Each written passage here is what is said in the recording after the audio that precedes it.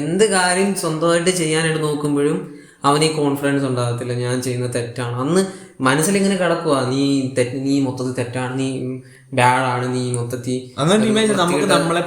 ആണെന്ന് ഇങ്ങനെ കിടക്കുമ്പം നമ്മൾ പിന്നെ നമുക്ക് എന്ത് സാധനം സ്റ്റാർട്ട് ചെയ്യണം, അല്ലെങ്കിൽ സ്വന്തമായിട്ട് എന്തെങ്കിലും തുടങ്ങി വെക്കണം, അല്ലെങ്കിൽ എന്തെങ്കിലും ഗ്രോത്ത് ഉണ്ടാക്കണം എന്നൊക്കെ ആഗ്രഹിക്കുമ്പോൾ ഇതിങ്ങനെ പിന്നിലോട്ട് വലിക്കും.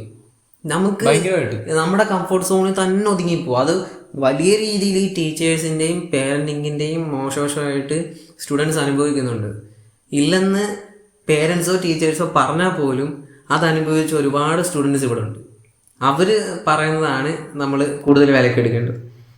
അതേപോലെ തന്നെ ഞാൻ കണ്ടിട്ടുള്ള വേറെ സാധനമാണ് ഈ PT മീറ്റിംഗ് വിളിച്ചിട്ട് എല്ലാ സ്റ്റുഡൻസും, ഇപ്പം അതിനകത്ത് റാങ്ക് മേടിച്ച അല്ലെങ്കിൽ നല്ല മാർക്കുള്ളൊരു സ്റ്റുഡൻ്റ് ആണ്, അവരുടെ പേരൻസ് കാണും, അല്ലാതെ മീഡിയോക്കർ എന്നിട്ട് നല്ല ഒട്ടും മോശമായിട്ടുള്ളൊരു പയ്യനും കാണും, അവൻ്റെ പേരൻസും കാണും. എന്നിട്ട് ഇവരെല്ലാം വിളിച്ചു വരുത്തിയിട്ട് ഈ മോശപ്പെട്ട പയ്യൻ്റെ പേരൻസിൻ്റെ അടുത്ത് ഒരു ഹാള് പോലാണ് എനിക്ക് അനുഭവം ഉണ്ടായിട്ടുള്ള. ഇവർ ഇങ്ങനെ ഒരു പ്രാവശ്യം എനിക്ക് മാർക്ക് പറഞ്ഞപ്പം വീട്ടിൽ നിന്ന് എല്ലാവരെയും വിളിച്ചിട്ട് ഹാള് പോലെ, എന്നിട്ട് പേര് വിളിക്കും, ഇന്ന പയ്യൻ്റെ പേരൻസും ഇന്ന പയ്യനും എണ്ണീറ്റോളും, ദെൻ എത്ര മാർക്കുണ്ട് എല്ലാരും കേക്ക, ഇത്ര മാർക്കുണ്ട്,